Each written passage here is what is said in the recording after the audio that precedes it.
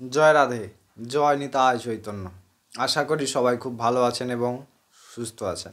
যদিও বা আমার শরীর কিছুদিন অসুস্থ ছিল, আপনাদেরকে ইতিমধ্যে জানিয়েছি।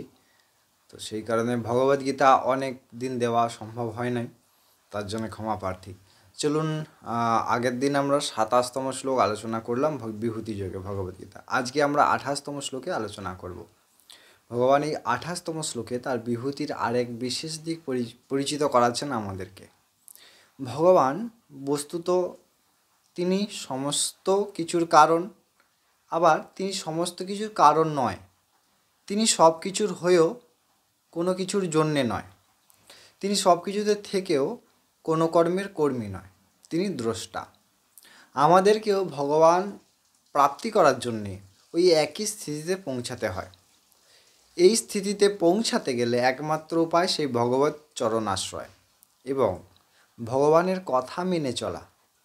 আমরা এই শ্লোকে, অর্থাৎ আজকে যে শ্লোক শুনব সেই শ্লোকে দেখি ভগবান কি বলছেন।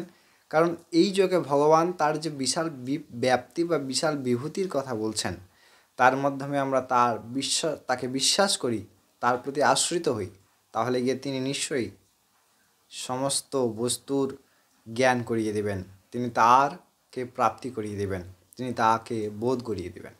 চলুন কথা না বাড়িয়ে প্রথমে আমরা শ্লোক সম্পর্কে অবগত হই। ভগবান ২৮তম শ্লোকে বলছেন অর্জুনকে যে আয়ুধানামহং বজ্রং ধেনু মামস্মি কামধুকঃ প্রজনস্যাস্মি কন্দর্পা সর্পনামস্মি বাসুকীঃ।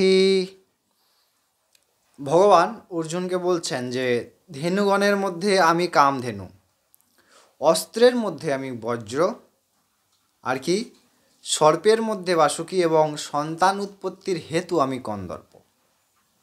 অর্থাৎ ভগবান খুব গুরুতার সঙ্গে বলছেন যে অস্ত্রের মধ্যে বজ্র শ্রেষ্ঠ অস্ত্র। কারণ বজ্রের মতো ঘাতক অস্ত্র আর কিছু হয় না। আবার ভগবান বলছেন কামধেনু, যা সমস্ত কিছু প্রাপ্তি করিয়ে দেয়, তাই ভগবান ধেনুদের মধ্যে বলছেন আমি কামধেনু। আচ্ছা, আমরা ভাবি স্ত্রী এবং পুরুষের মিলনের ফলে পুত্র উৎপন্ন হয়, কিন্তু তা নয়। তার উদাহরণ দেখা যায়, অনেক বাবা মা থাকেন, অনেক নারী এবং পুরুষ থাকেন যাদের পুত্র হয় না। তো এই কারণেই নয়, এটি হচ্ছে বিষয় যে ভগবানই সমস্ত বস্তুর হেতু, তিনি তার ইচ্ছা মতো খেলা করছেন। তাই ভগবান তার বিভূতির আরও একবার পরিচয় করাচ্ছেন।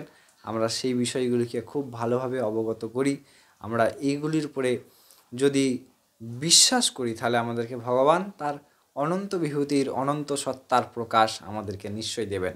অনেক ভালো থাকবেন, আবার পরবর্তী শ্লোকে দেখা হবে। ততক্ষণ জয় রাধে, জয় নিতাই চৈতন্য।